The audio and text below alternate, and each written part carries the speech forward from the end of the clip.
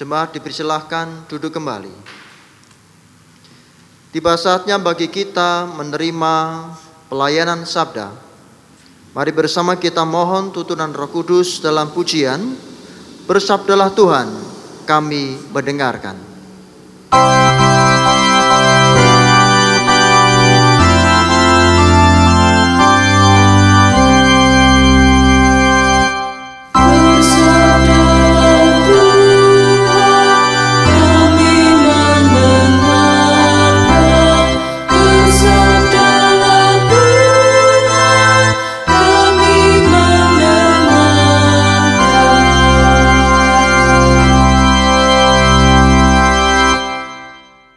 Bacaan pertama diambil dari Yehezkiel 34 ayat 11 sampai 16, dilanjutkan ayat 20 sampai 24.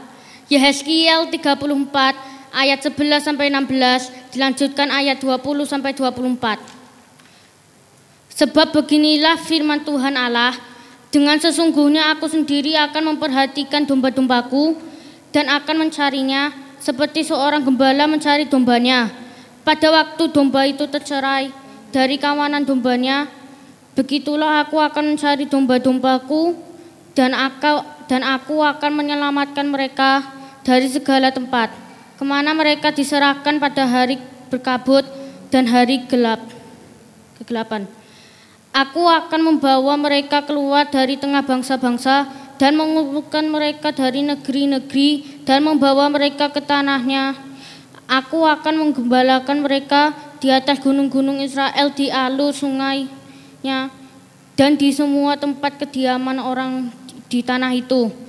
Di padang rumput yang baik akan kugembalakan mereka, dan di atas gunung Israel yang tinggi, disitulah tempat penggembalaannya. Di sana di tempat penggembalaannya yang baik mereka akan berbaring dan rumput yang subur menjadi makanannya. Di atas gunung-gunung Israel aku sendiri akan menggembalakan mereka domba-dombaku dan aku akan membiarkan mereka berbaring. Demikianlah firman Tuhan Allah.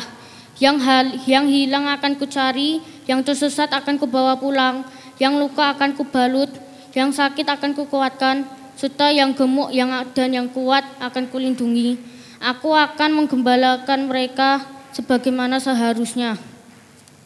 Oleh sebab itu beginilah firman Tuhan Allah terhadap mereka. Dengan sesungguhnya aku sendiri akan menjadi hakim-hakim di antara domba yang gemuk dengan domba yang kurus.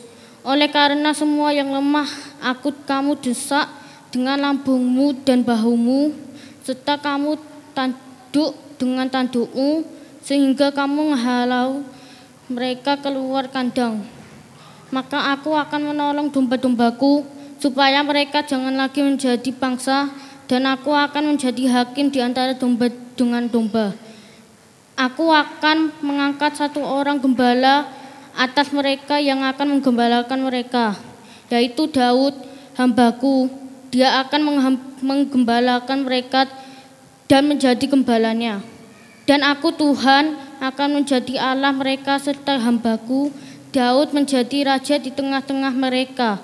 Aku Tuhan yang mengatakannya. Demikianlah sabda Tuhan. Syukur kepada Allah.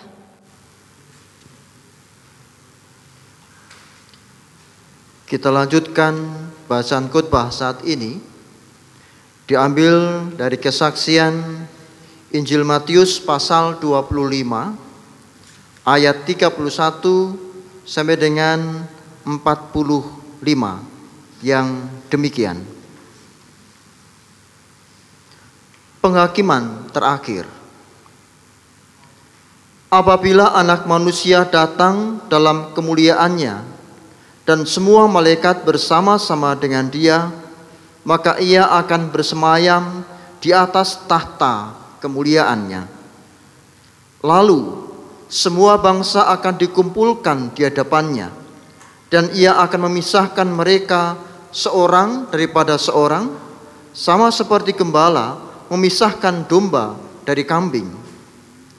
Dan Ia akan menempatkan domba-domba di sebelah kanannya dan kambing-kambing di sebelah kirinya.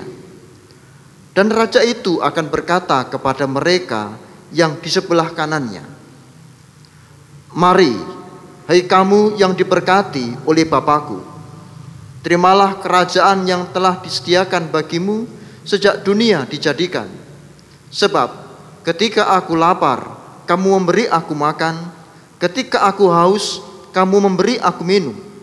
Ketika aku seorang asing, kamu memberi aku tumpangan.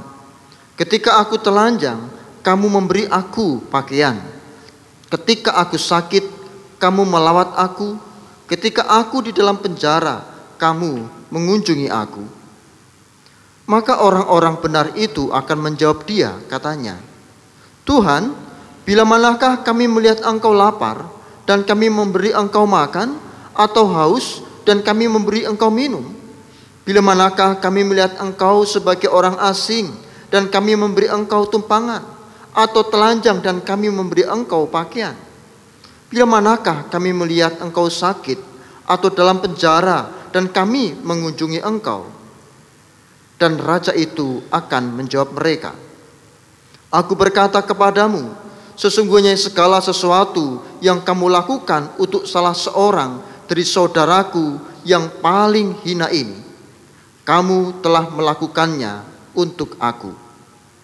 Dan ia akan berkata juga kepada mereka yang di sebelah kirinya, "Enyahlah dari hadapanku, hai kamu orang-orang terkutuk. Enyahlah ke dalam api yang kekal yang telah sedia untuk iblis dan malaikat-malaikatnya. Sebab ketika aku lapar, kamu tidak memberi aku makan. Ketika aku haus, kamu tidak memberi aku minum. Ketika aku seorang asing, kamu tidak memberi aku tumpangan. Ketika aku telanjang, kamu tidak memberi aku pakaian. Ketika aku sakit dan dalam penjara, kamu tidak melawat aku." Lalu mereka pun akan menjawab dia, katanya, "Tuhan, bila manakah kami melihat Engkau lapar, atau haus, atau sebagai orang asing, atau telanjang, atau sakit, atau dalam penjara dan kami tidak melayani Engkau?" Maka ia akan menjawab mereka, "Aku berkata kepadamu, sesungguhnya segala sesuatu yang tidak kamu lakukan untuk salah seorang dari yang paling hina ini, kamu tidak melakukannya juga untuk aku." Amin. Demikian firman Tuhan. Berbahagialah setiap orang yang mendengarkannya, menaruh dalam hati dan melakukannya. Haleluya. Amin.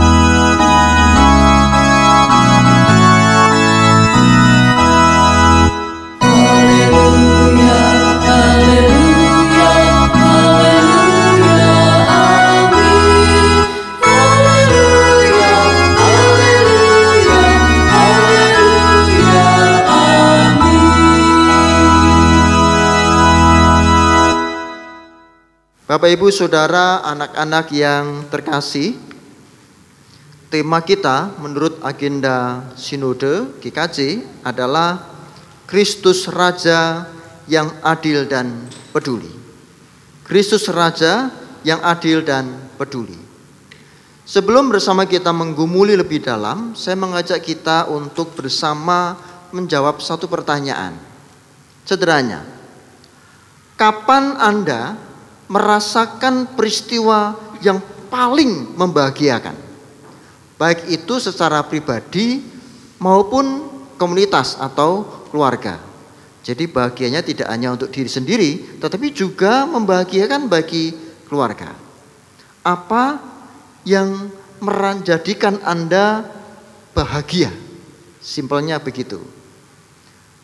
Mungkin ada yang menjawab saat menikah, atau ada juga yang menjawab saat lulus dari kuliah, wisuda. Atau ada yang menjawab mendapatkan pekerjaan.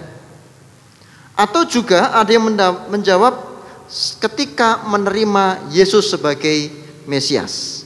Nah, bagi yang terakhir saya letakkan di belakang memang. Mengapa? Karena kadangkala orang tidak merasakan bahwa menerima Yesus sebagai Mesias adalah sesuatu yang benar-benar membahagiakan. Yo biasa wae begitu. Padahal sesungguhnya saudara, menerima Yesus sebagai Mesias, bahagianya harusnya ini melebihi ketika kita menikah, melebihi ketika kita lulus dari perkuliahan, melebihi ketika kita mendapatkan pekerjaan, melebihi dari yang lainnya. Menerima Yesus sebagai Mesias adalah saat di mana terjadi perubahan dan pembaruan hidup, titik balik yang menyeluruh. Dulu yang tidak terpanggil menjadi terpanggil, dulu yang berdosa menjadi tidak berdosa lagi. Saudara yang terkasih, sehingga perubahan ini menuntut suatu kehidupan berikutnya ditandai dengan ketaatan dan kesetiaan kepada kehendak Kristus. Apa itu? Sikap kasih kepada Allah dan sesama. Kasih kepada Allah dan sesama. Siapa yang tidak bahagia ketika dia mampu menghayati, menghidupkan bagaimana mengasihi kepada Allah, sama halnya mengasihi kepada sesama. Tidak membedakan. Ngomongnya kasih kepada Allah, tetapi kepada sesama ternyata benci. Tidak seperti itu. Sangat membahagiakan. Tetapi saudara, kebahagiaan ini hanya bisa dicapai bagi mereka orang-orang yang murni hatinya, yang matanya terbuka, yang tidak terbelenggu oleh kabut-kabut dosa, atau bahkan kabut yang benar-benar menutupi sehingga tidak bisa melihat terang yang sesungguhnya.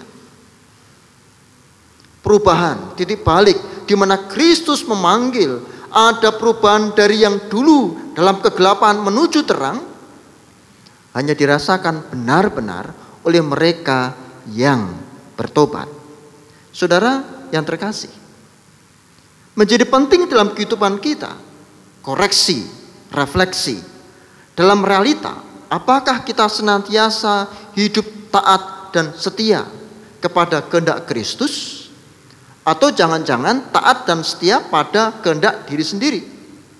Bukankah yang sering terjadi, hari yang paling bahagia dan penuh makna saat kita menerima Kristus ternyata tidak bertahan lama?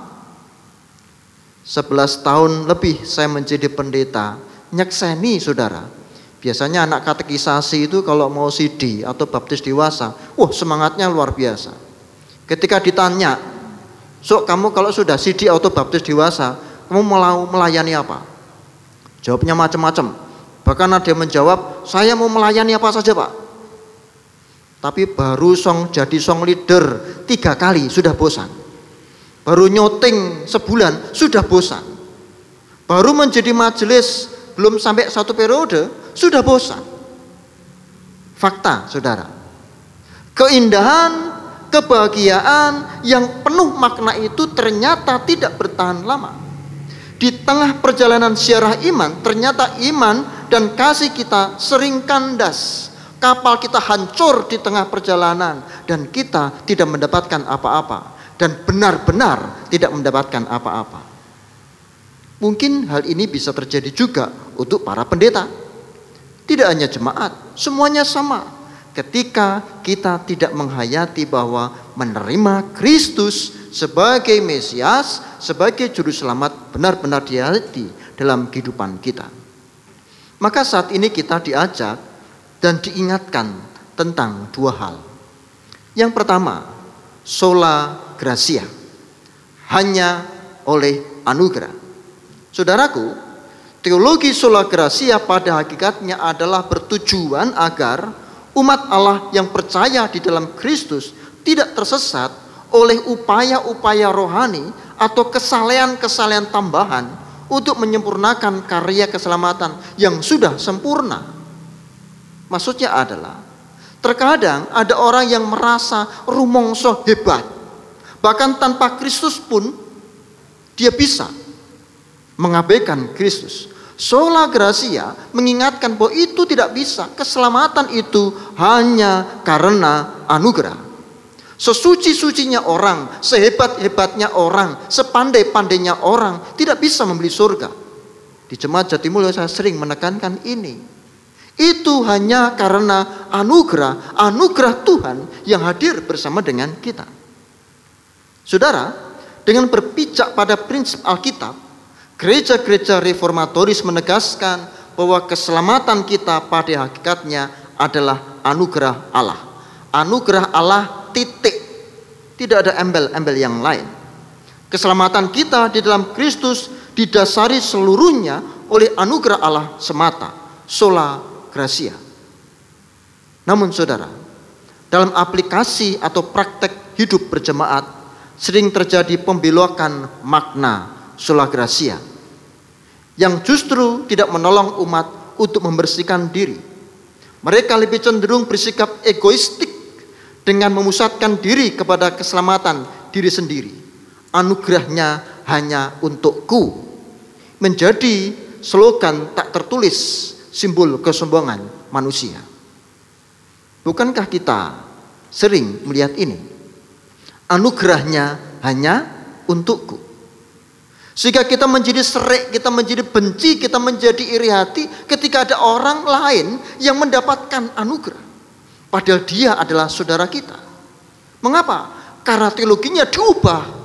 Sola gratia yang mestinya hanya oleh karena anugerah diubah. Anugerahnya hanya untukku, orang lain jangan Tuhan. Salah. Jika itu terjadi, yang ada adalah egosentris. Dengan sikap demikian, mereka tidak pernah mampu peka untuk melihat kehadiran Kristus melalui sesama. Dan mereka tidak akan pernah mendapatkan sesuatu mengasihi Tuhan sama dengan mengasihi sesama. Karena maunya adalah kasihnya, anugerahnya, berkatnya itu hanya untuk saya. Hati-hati saudara. Maka yang kedua, Kristus dalam realitas sesama.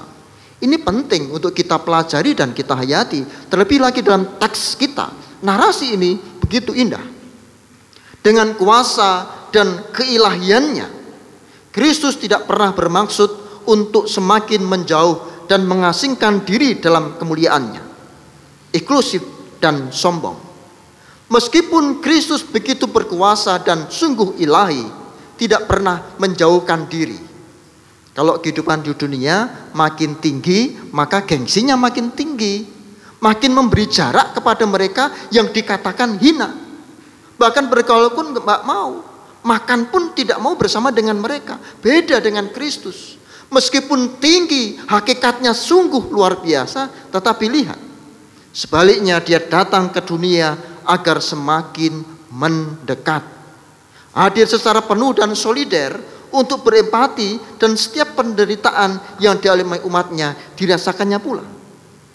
Maka di Matius 25 ayat 40 menyatakan, saya bacakan, Tuhan Yesus sebagai Raja yang menghakimi bangsa berkata, Aku berkata kepadamu, sesungguhnya segala sesuatu yang kamu lakukan untuk salah seorang dari saudaraku yang paling hina ini, kamu telah melakukannya untuk aku.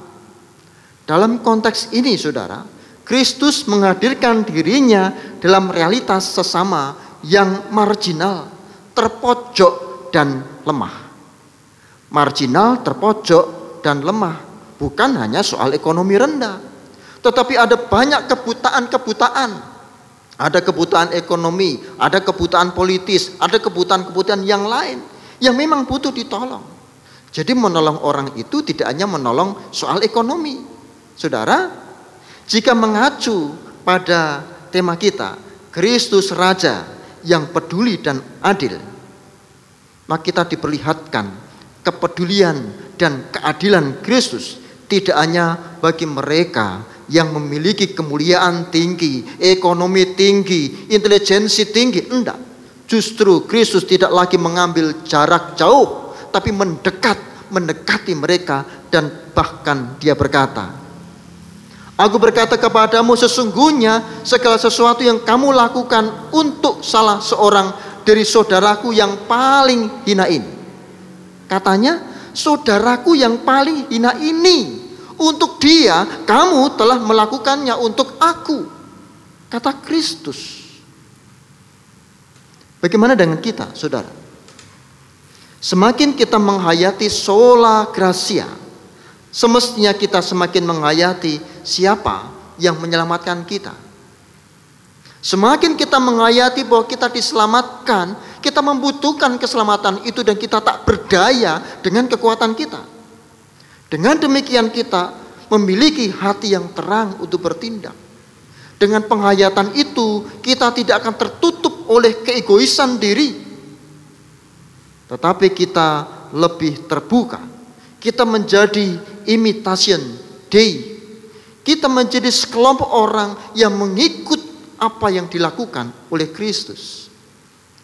Dengan demikian, ketika peristiwa Sang Raja Agung itu memanggil semua orang dan membaginya kambing dan domba, kira-kira Anda berdiri di mana?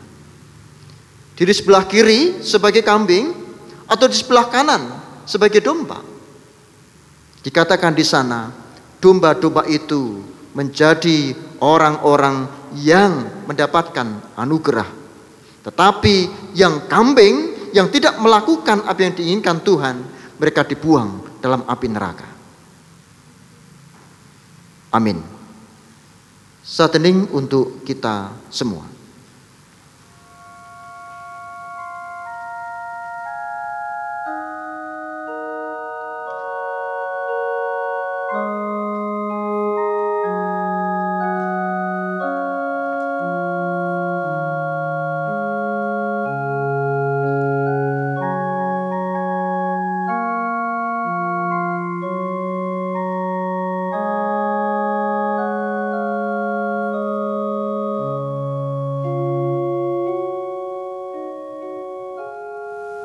Kami bersyukur Tuhan, karena Tuhan telah mengingatkan kami dalam ibadah Minggu Kristus Raja saat ini, bahwa Engkaulah Kristus Raja yang adil dan damai, yang memberikan kasih-Nya, yang mengutus kami menjadi umat-Mu untuk juga mengasihi semua orang. Ajari kami untuk menghayati firman-Mu, ya Allah, agar kami menjadi pribadi-pribadi yang setia, yang sesuai dengan kehendak Tuhan. Di dalam Kristus kami berdoa. Amin.